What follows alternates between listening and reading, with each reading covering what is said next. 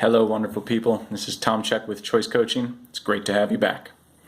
Today, we're going to do a quick exercise to help you get better at the skill of listening to your intuition. So there's a couple of things you're going to need. It's really simple. Piece of paper, pen, and a couple of important things to know is you're not going to have to share this with anybody. So we're going to write down some really deep, meaningful stuff on this piece of paper, and then you can throw it away if necessary. You can burn it, you can do whatever you need. But it is important for the process that you write it down. So first thing I'm going to have you do is we're going to start right at the deep end. Go ahead and write down what is the most meaningful thing that you want for yourself in life right now. What is that deepest desire? And it doesn't have to make sense, and it can be silly, it can be a little deeper than maybe you expected, but whatever comes up, as long as it's really meaningful to you, it's the right answer.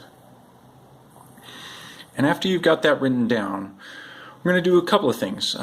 First, there's this understanding that we're going to be talking about the voices in our head today. That doesn't make us crazy. We've all got them. And today we're going to look at them through the lens of three specific voices: the voice of fear, the voice of logic, and the voice of our intuition. So the voice of fear is one so many of us are used to. It's the one most of us hear most of the time.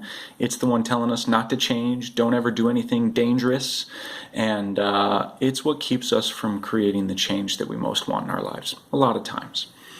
So what we're going to try and do today is tire it out like a little kid on the playground, so that we can get to some of the deeper layers.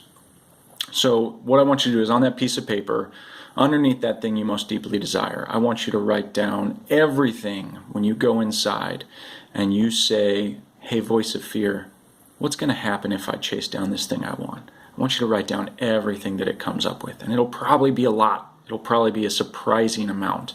And just keep writing until it is all out, and all of a sudden you just kind of like, oh, okay, that's everything. And then circle it all and just write fear over it, right? Because that's what that is. That's the voice of fear. And when you're done with that, it's a little quieter in your mind. And when it's a little quieter, you get to interact with the voice of logic, the voice that helps you plan, the voice that gets you to come up with meaningful goals and milestones and all of that stuff that sounds really good at your job interviews, but is also really useful in your personal life. And what we're going to do is next we're going to talk to that voice of logic and see what it says about that thing you most deeply desire.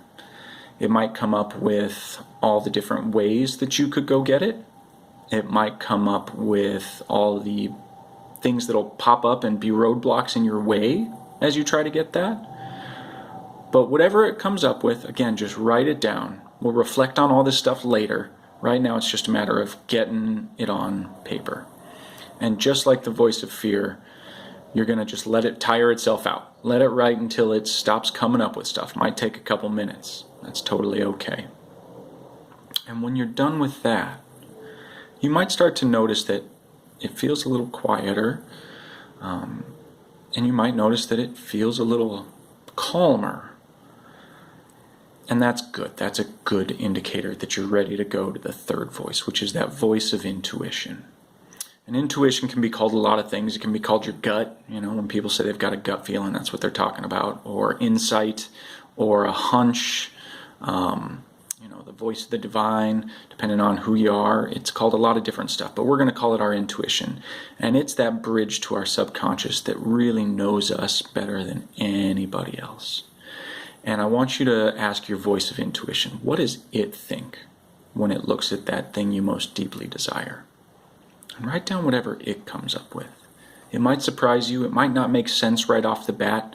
It might answer you with a question. I know mine does that a lot. And that's okay. Whatever it comes up with, I want you to write that down. And pay attention to the feelings that come up, the emotional quality of what happens to you as you go through this exercise. And write down whatever intuition says. And once that's done, take a step back and just check in with yourself and ask yourself if you're surprised by anything that came up. Ask yourself if you've got a little more clarity now about what you should do next. There's no right or wrong way to get to an answer here. I've had my intuition tell me to definitely go do that thing I most desire, and I've had my intuition tell me definitely not to go do it because it wasn't a very authentic thing for me to say I wanted. But this exercise has helped me, and it's something I do with a lot of clients that helps them and hopefully helps you get a little bit more clarity so that you can live your best life. I hope that was useful. Thanks so much for checking in, and I look forward to seeing you next time. Tom Check with Choice Coaching.